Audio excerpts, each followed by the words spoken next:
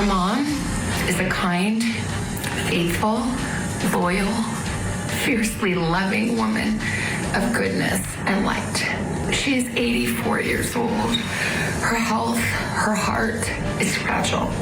We are ready to talk. We need to know, without a doubt, that she is alive and that you have her. We want to hear from you, and we are ready to listen. Your children will not rest until we are together again. The Guthrie family is ready to talk and now ready to listen. So what happened to Nancy Guthrie? Her daughter Savannah's emotional plea to the person who may have answers. Plus, the chilling question, is Nancy Guthrie alive? Our investigators are weighing in. And bringing back the dogs, police returning to the Guthrie property with canines. So what might that mean? Also this hour, new autopsy information in the Tepee murders, the shocking number of bullets that were fired at Dr. Spencer and his wife, Monique Tepee. It's all coming up next for you right here on Opening Statements.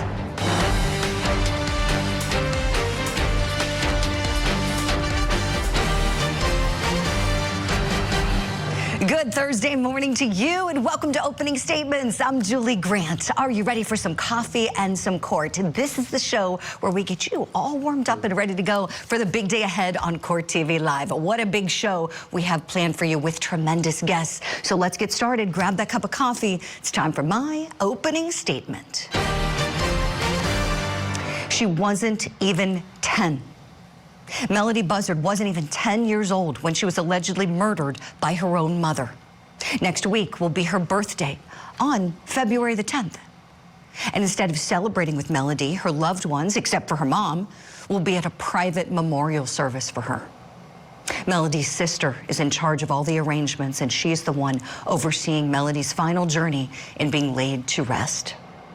It was quite a sad sight this week, my friends, for neighbors who lived by Melody's house. They saw that precious child's belongings taken out of her home. And you know, it is a real sad state of affairs when strangers are grieving more than the woman who birthed that child. Speaking of her, that animal was in court this week in California, and she's going to be back in court next week.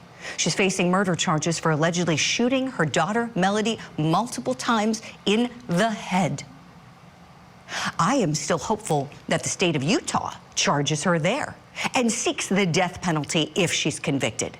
Because if Ashley Buzzard did what detectives say that she did, then there is no punishment severe enough for her. That's my opening statement. Let me know if you like it. We saw some things at the home that were concerning to us. We believe now, after we processed that crime scene, that we do in fact have a crime scene, that we do in fact have a crime. We know she didn't just walk out of there. She did not leave on her own. Nancy Guthrie is of great sound mind. This is not a dementia related. She is as sharp as a tack, and we're asking the community's help. Now for your top story this morning, Today Show anchor and Court TV alum Savannah Guthrie pleading for her life. On Instagram, Guthrie and her two siblings posted a video urging their mom be brought home safely. Savannah says that she heard about ransom letters in the media. We too have heard the reports about a ransom letter in the media. As a family, we are doing everything that we can. We are ready to talk. However, we live in a world where voices and images are easily manipulated.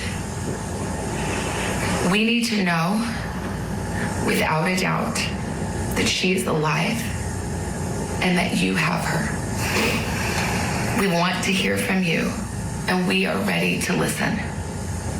Please reach out to us. Oh, this video is so heartbreaking, isn't it?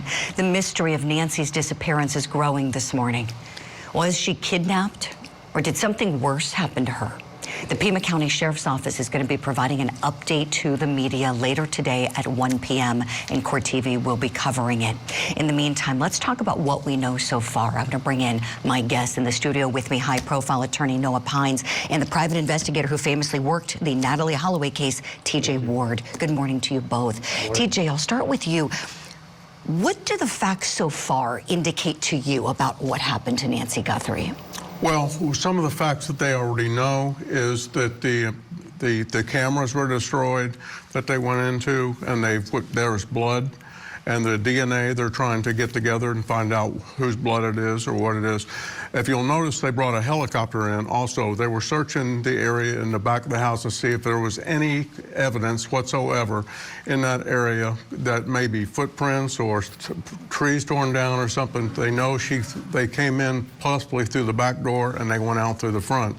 They need to look and see if anybody had seen any vehicles that early in the morning or one way in, one way out or whatever, and try to identify who may have taken her. Right. Sheriff's Office said they are using license plate readers, asking neighbors to offer up their Ring camera video if they have it.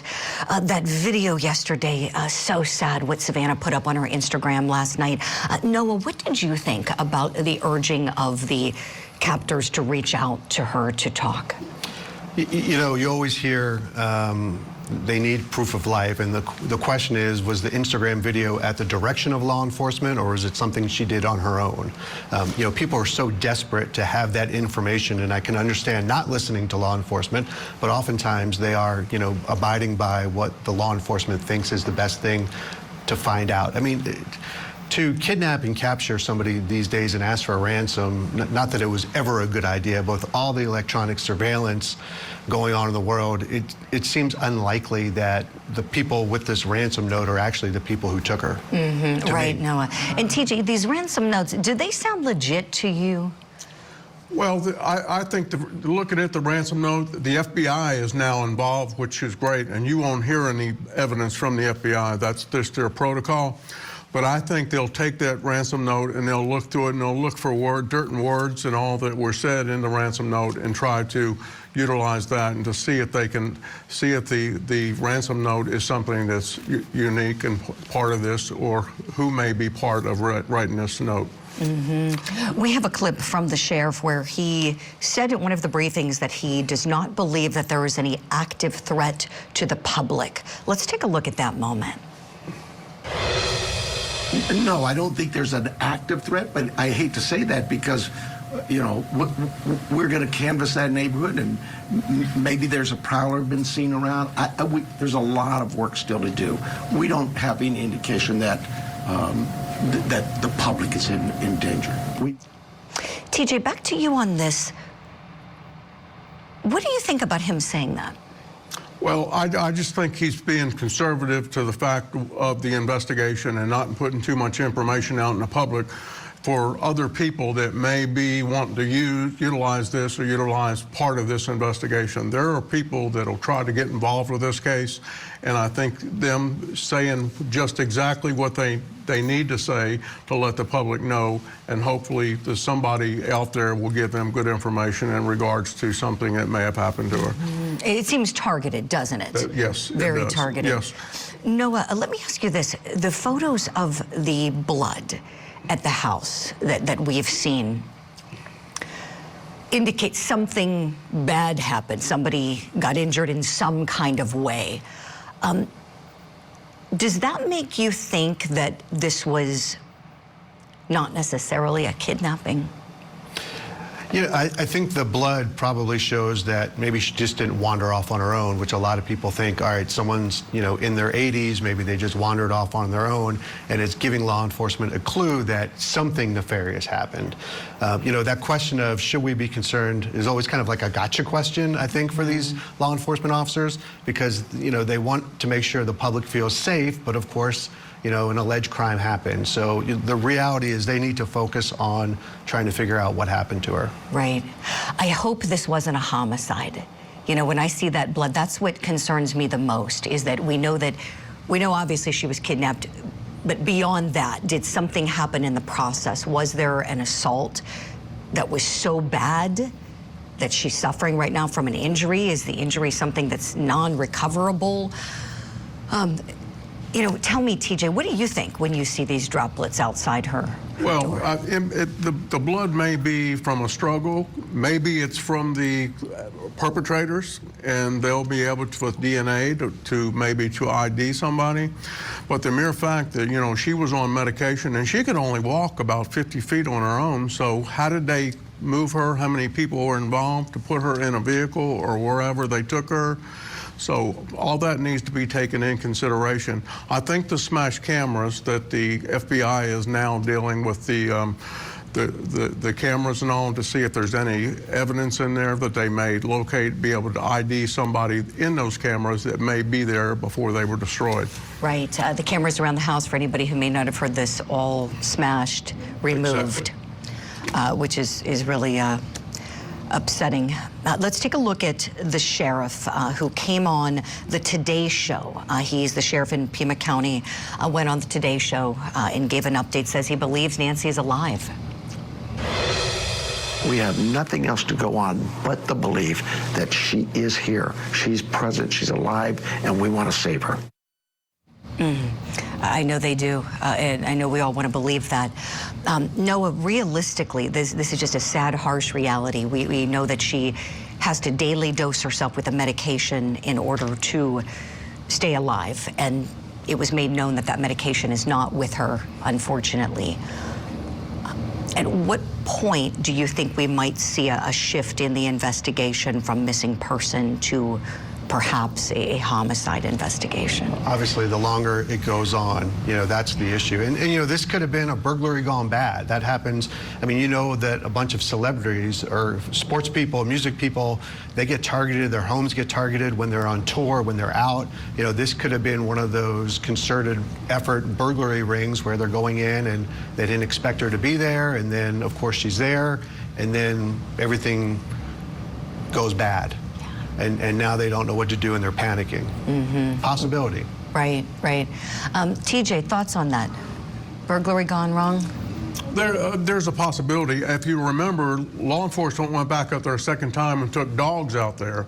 So the dogs were out there trying to find any additional information that they may have missed in the course of the original investigation of going out there. But I really think it's a good thing now that the FBI has now gotten involved, because the tools the FBI have are a little more sophisticated than probably the county sheriff's office. So I believe that with them being involved in it and now other law enforcement agencies all getting involved, I think there may be some evidence that may come up that they may be able to use and locate where she may be, or if there is a ransom now for money to try to locate who they are and where they are. Right. I'm certainly glad the FBI is involved, as I know you both are, especially because we don't even know if she's in Arizona. We're presuming, exactly. But we know that a lot of time passed. You know, she was last seen around 9:45 p.m. Saturday night, missed church, and we know the family looked around the house for about an hour, we're told, looking for her, and then placed the 911 call about noon on Sunday. So that was a lot of time. 5 days. Yeah, to drive somewhere. And now we're 5 days in, exactly, day 5. Great conversation with you both. TJ Ward, Noah Pines, thank you very much. And we're going to continue the conversation as the search for Nancy Guthrie rolls on. TJ mentioned a couple moments ago how deputies went back and they brought in the dogs. We've got a canine expert joining us next, plus the autopsy results back in Ohio for Dr. Spencer and Monique Tepee. Wait till you hear how many times they were shot. They knocked on the front door and back door multiple times, and there was no answer. Yeah, no answer. I can hear kids inside, and I swear I think I heard one yell, but we can't get in. At this point, I don't know if I need to break the door in or just get in the house or what.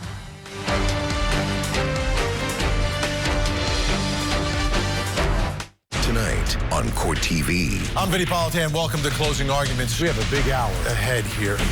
Your deplorable actions are unforgivable. The community still doesn't know how this Boston police officer died. He can't prove one element of his case. It was a dramatic day, a dramatic moment inside the courtroom.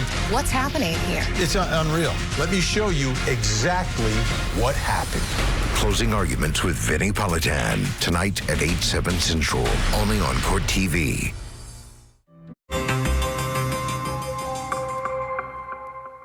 Look, I know you guys are doing your job, and you're doing a great job. But we have a job to do too, and I really need to back away from this for a while, and we'll see you unless something breaks. Unless something breaks, we'll see you Thursday morning. PIO will give you a time frame. I'm guessing somewhere around 11:30. But That's it.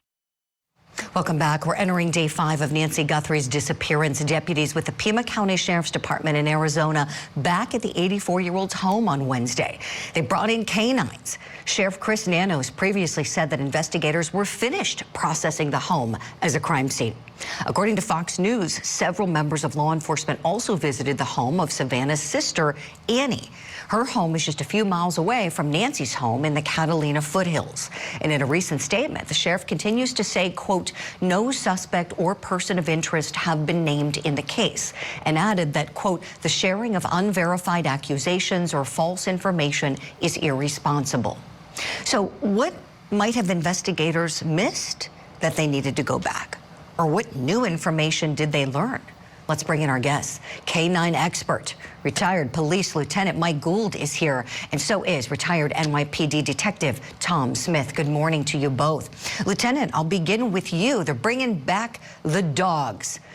Tell us why you think that is. Yeah, so the reason that is his dog is the greatest technology we have today that can recover evidence. It's not necessarily a body, but it's almost anything that was touched by humans involved. It could be from the suspect or could be from the victim. So, you know, and I never like to criticize, nobody likes to second guess law enforcement. This was dumped in their lap. This is not a big police department. This chief of police is overwhelmed. This is the first and last, hopefully, time he's going to have to deal with something like this in his career. So they closed down the crime scene, I think, a little prematurely. They got some more information, intelligence, and they went back. The dog should have been there from day one, scouring the outside perimeter of the house. You know, this is a perfect environment for a dog, the vegetation. It's a hunting ground for dogs. So dogs are the best technology in detecting odor that we have today. Nothing can duplicate that.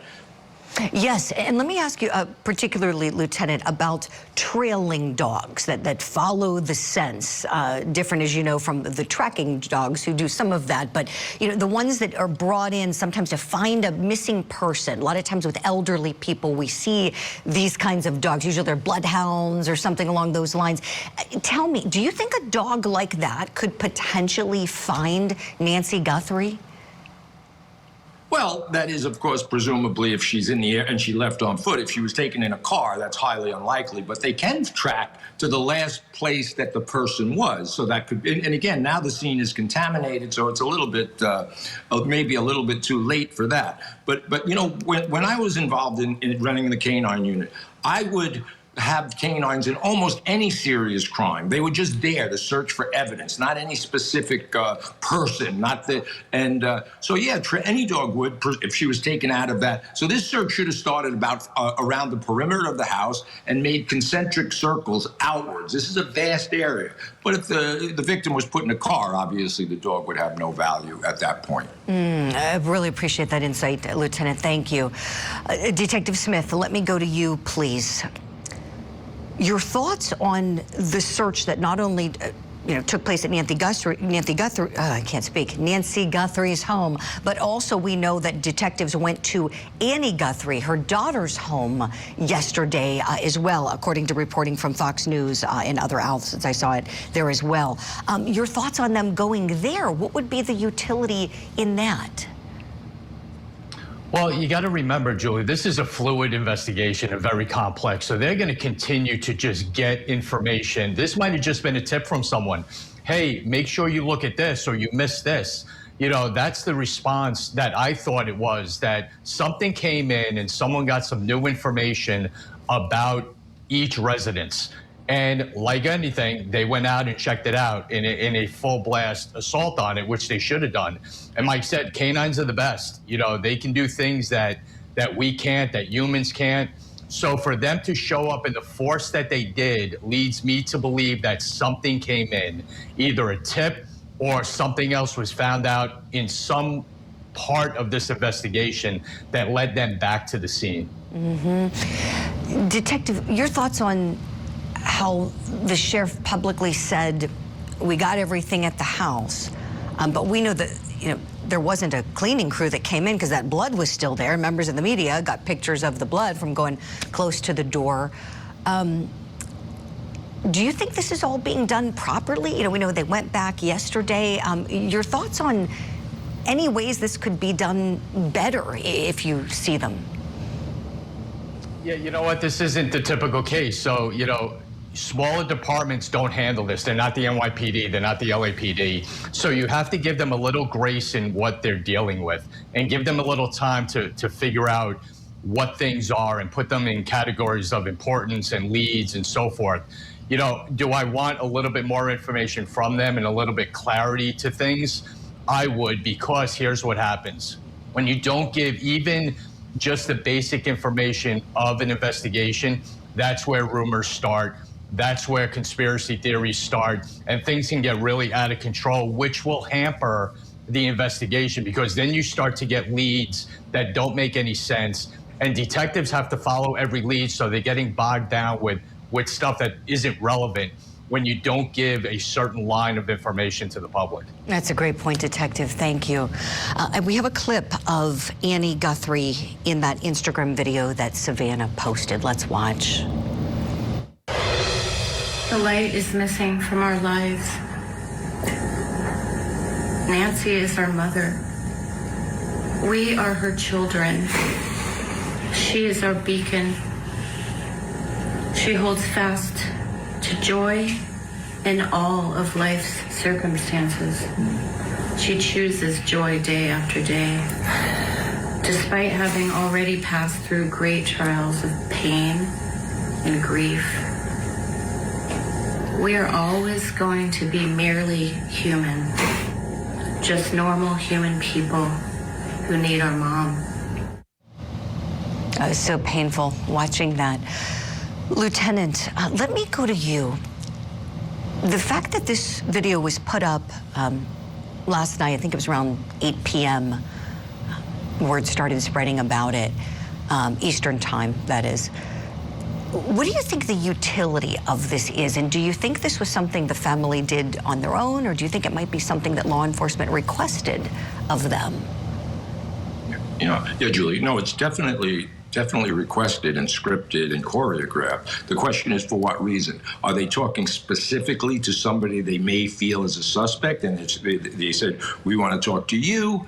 Or is it just, are they weeding this out? Because when these occur, every lunatic in the world wants to exploit this, unfortunately, for money. If your dog runs away, people will start hitting you up on Instagram and so forth, trying to get reward money from you. So unfortunately, so the question is, who are they discussing? Was this specifically directed at somebody they may feel is holding somebody hostage or for ransom? Or is this they want to just get rid of a couple of these lunatics that are out there, and they want to get some evidence that people, because these two things are going on at once, right? There's plenty of people exploiting this, and there's also a true suspect out there, which may very well be a family member. I don't think this is going to be an absolute stranger. I don't think it's necessarily a family member, but there's so many possibilities to this. Was this an uninterrupted crime? There's too many possibilities. She is not a typical kidnap victim. An 84-year-old woman is not usually the victim of an intentional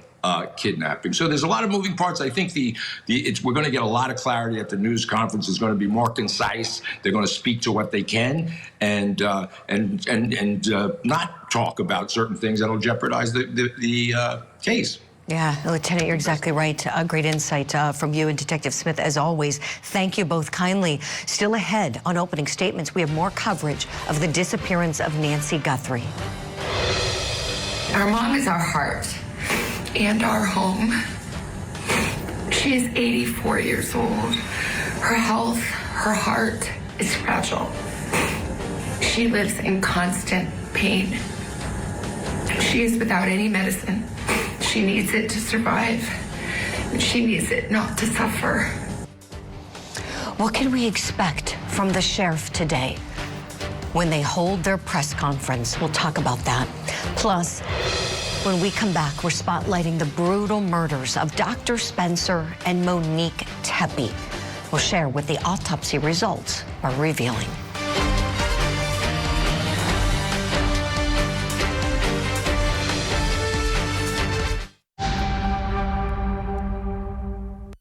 There's a body. Our friend wasn't answering his phone. We just did a wellness check. We just came here, and he appears dead.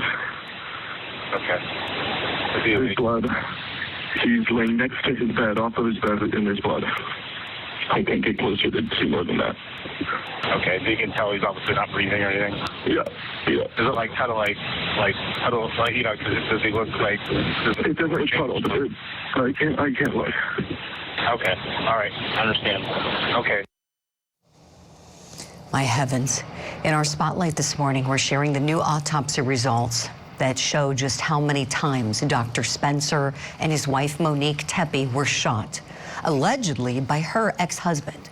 And here's some new video of the suspect. This is 39-year-old vascular surgeon Dr. Michael McKee. Now, he's defendant Michael McKee. He was taken into custody for some questioning. You see him walking casually through the police station moments ago, and when he was walking there, he was not restrained. Well, now there's some new documents revealing his ex-wife, Monique, was shot 9 times, including once in her face, 3 times in her chest. She also had an injury on her leg. Her husband, Dr. Spencer Tepee, was shot 7 times, including once to his head. Their children and their dog were left unharmed, and police have said that they found weapons in McKee's home. We can also say that multiple weapons were taken from the property of McKee, and there is a preliminary link from our NIBIN to one of the weapons that ties it to the homicides. Police say that a silencer was used, and they only found 3 spent rounds at the crime scene. You might remember us reporting this. So if they only found 3 spent casings, did the shooter clean up or take the time to reload in the process of firing all those shots? Let's talk about it. Let's bring back in Noah Pines and Detective Tom Smith. Noah, the number of shots is chilling. What did you think when you heard that? You know, as a former prosecutor and someone who handled these cases, I've actually had cases where people have reloaded and kept shooting. You know, it's anger. It is not just, I'm going to kill this person. It's something deep inside that wants you to keep shooting and shooting and shooting. I've had a case where somebody shot him, emptied it, stepped over him, reloaded, and just emptied a whole nother clip into him, and it was just anger. Anger. Oh, it's so disturbing. And personal. Right. This we knew from the outset this was very personal. Detective Smith, I remember you using that word on this show when they were looking for the suspect and we didn't know who was going to be brought in. And tell me, now that you know more about the number of shots, what do you think about those casings? 3 left behind. Is it obvious? Did somebody clean up? Well, first of all, Noah's exactly right. This was rage. This was a message that he wanted to send to them of his anger that he had with both of them. But as far as the crime scene goes, I think he probably, you know, cleaned up as best he could. And maybe those 3 rounds were in a location he couldn't get to, maybe under a body or under the bed that he didn't want to, you know, spend any more time at the location to gather. But again, it just shows the cold-heartedness and just monster-like attitude and thought that he perpetrated on them in the amount of rounds and where the rounds were fired. You know, anywhere near the face or head is a clear message that he wanted to send. Ooh, it's chilling, Detective. We don't know the exact weapon that law enforcement have sent to the crime lab? We know they said one is linked, but they haven't been specific about it. We just know those spent rounds are 9mm rounds. Tom, do you think that this was a situation of reloading? It's hard to say. It depends on, maybe the evidence collection that they had in the house. How many magazines were actually found at the location? They didn't get into that. All they spoke about were the weapons. So that's going to be interesting to see if he did reload. And no one knows this as the prosecution. That's going to be a part of it, but not a, real important prosecutional part, I think, when it comes to it. He did what he did with the amount of rounds that he did. If they find different magazines, that may lead to, just another part of his rage when it comes to this. Right. Noah, back to the prosecution with something like this. Hopefully a very seasoned domestic violence prosecutor will be on it. Will you speak to that, please? The importance of having a lawyer who understands that post-separation abuse can happen years later to somebody who was in a cycle of violence with an intimate partner. Yeah, I mean, especially if you're presenting a case to a jury where the defendant's a doctor, right? He saves lives. He helps people live. He's a upstanding member of the community, and it would seem so far out of character. You typically would have somebody come in and explain to the jury, although, sometimes now the judges are keeping that out because there's not as much science behind it as people think. But the cycle of domestic violence and whether there was control issues, anger, you never have to prove motive, but every jury wants to know what the motive is. I mean, we're going to talk about Cronenberger later, and people still want to know what that motive is, right? People want to know what the motive is, and that domestic violence can be that link. Definitely. One of the things I think still so troubling for a lot of people, Detective, I know we've talked about this, how the perpetrator got into the home. If we can take away any lesson from this, if there's anything we can all learn and help ourselves, our family, our loved ones stay safer, thinking about a crime like this, what would you say, Detective, are some safety measures we can all take for our home personal security? Yeah, always be aware of your surroundings and don't take anything for granted. The concept of my neighborhood safe, that's over. You have to be prepared for absolutely anything. And you have to make sure, just the simple things, your doors are locked, get deadbolts on your doors, make sure your windows are locked, alarm systems, anything you can do to prevent something like this and just keep yourself safe. A lot of it is common sense, but sometimes you have to go even further than that to make sure you're safe. And, not only taking the same route home, from where you're going, take a different route home. Don't stick to a pattern of your life. Every once in a while, change it up. So in the event, someone has a background like this, they don't get locked into one particular part of your life. That's great advice, Detective. Thank you. Let's listen to Rob Misley talking about the children. Don't know how to tell a 4-year-old that they're never going to see their mom and your daddy again. And it's, how do you? And how does the 4-year-old understand, right? They have to grow as a person and develop that understanding of what death is, and you never truly understand it. But right now, it's just like, mommy and daddy, you're in heaven? Well, oh my gosh, what a task to explain to those children what occurred. Noah, your thoughts on the 4-year-old? We know there's a baby, at 1 who hopefully will not have any memories of this at all, but the 4-year-old might. What do you think? Well, one, let's hope that obviously the family does what they need to do to take care of these children, and most importantly, get them the professional help that they need. Whenever anyone asks me what to do, I'm like, go talk to the professional. And the professional, the psychiatrists or psychologists or counselors, they're the people who will come up with the best game plan for how to deal with a 4-year-old and what that 4-year-old may or may not remember. Yeah. You know, let's hope that they're getting all the help they need. You know, we know that they're loved, deeply loved, wonderful family that's taking care of those kids. And from what we've heard, this couple was deeply loved and admired. And this is just so heartbreaking. Our thoughts and our prayers go out to their family, their friends. We're going to keep their memories alive here on Opening Statements, as we always like to remember the victims. Noah and Tom, thank you. Stand by. We're going to hit a break. When we come back, we'll take you back to Arizona. All eyes are there as Savannah Guthrie's mom is still missing this morning. And we expect an update from the sheriff today. We will not rest. Your children will not rest until we are together again. We speak to you every moment, and we pray without ceasing, and we rejoice in advance for the day that we hold you in our arms again. We love you, Mom. Love you, Mom. We love you, Mom. Stay strong.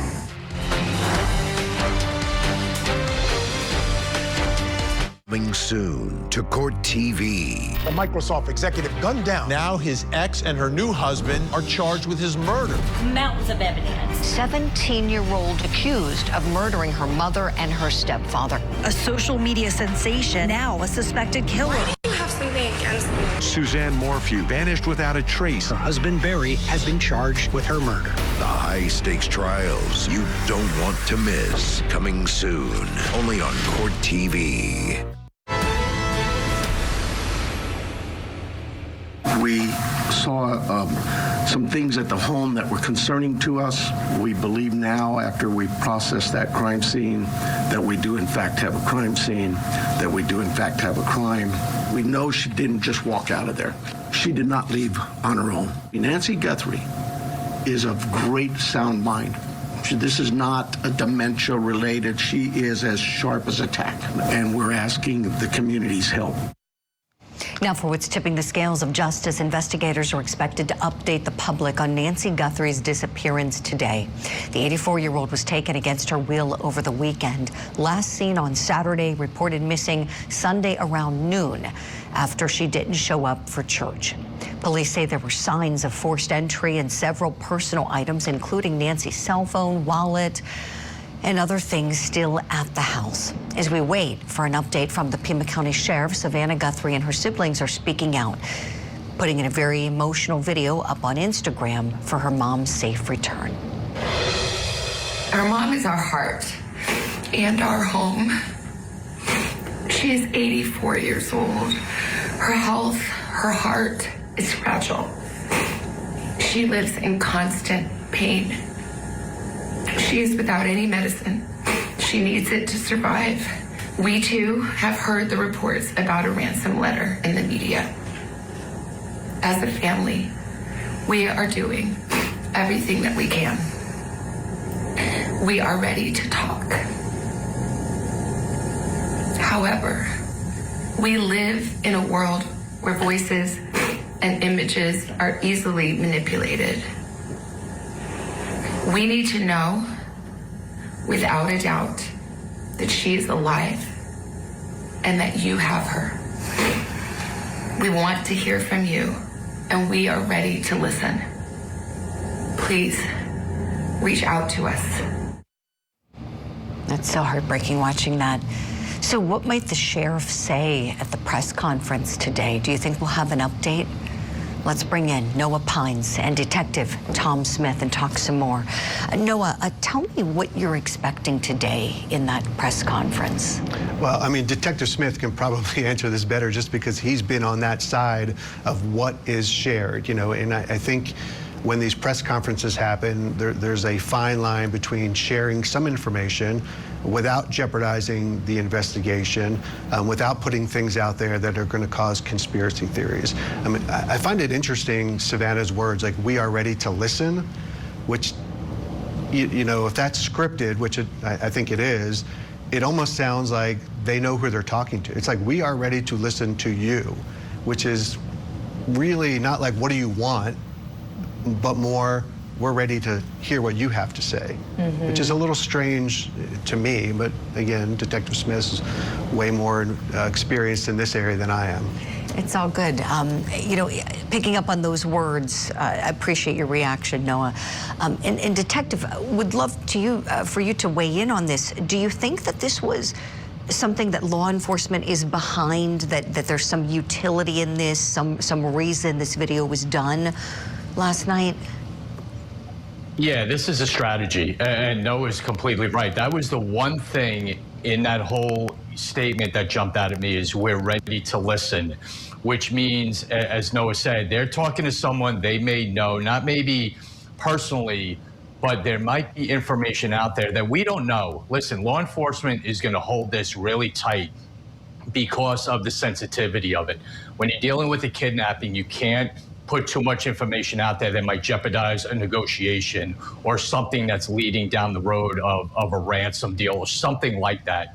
So I don't know what's going to come about in this press conference at 4, because if it is an ongoing negotiation with a possible kidnapper, we're not going to get a lot, and for good reason. You know, you don't want to throw anything out there that they get spooked about or their identity gets known. You know, they're going to play it a certain way. And you know what? I look back to the DC sniper case where the captors were playing games with law enforcement and putting out certain messages that press conferences were mentioning.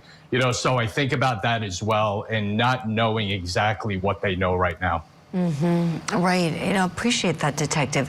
Tell me, did it strike you at all as odd when this first broke and it was very apparent she was kidnapped, that we weren't hearing something from Savannah Guthrie then, being in a position of power, having fame, presumably having a lot of wealth? If, let's say, this was really, we don't know who's out there, might we have seen her say, well, let me offer a reward, you know, $1 million for whomever comes forward with my mom? That silence, I'm just wondering, this, you know, omission, whatever you want to call it now at nearly day 5 is when we're hearing this. I'm curious if that struck you as odd too. Not really. I think it was a good move because you don't want an emotional plea. You want to take a couple of days to let the investigation kind of run its course and then have a specific time when a statement's going to get made. You know, she could have said something that really said this in a bad way because it's so brand new and it's raw and her emotions are probably all over the place. So you don't want to make a statement just based on that. You want to let some information come about. And again, we don't know the relationship, why this took place now. Was it law enforcement's idea? Did law enforcement and Savannah come up with the wording?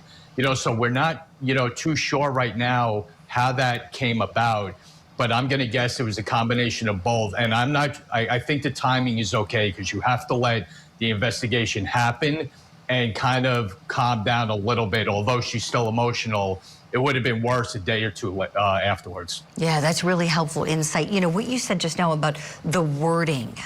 Noah, you know, back to you on this one. You and I talk all the time about trial advocacy, and we were just talking this morning about how you never want to read an opening statement, for example. You want to just speak to the jury. And we know Savannah Guthrie's a great speaker.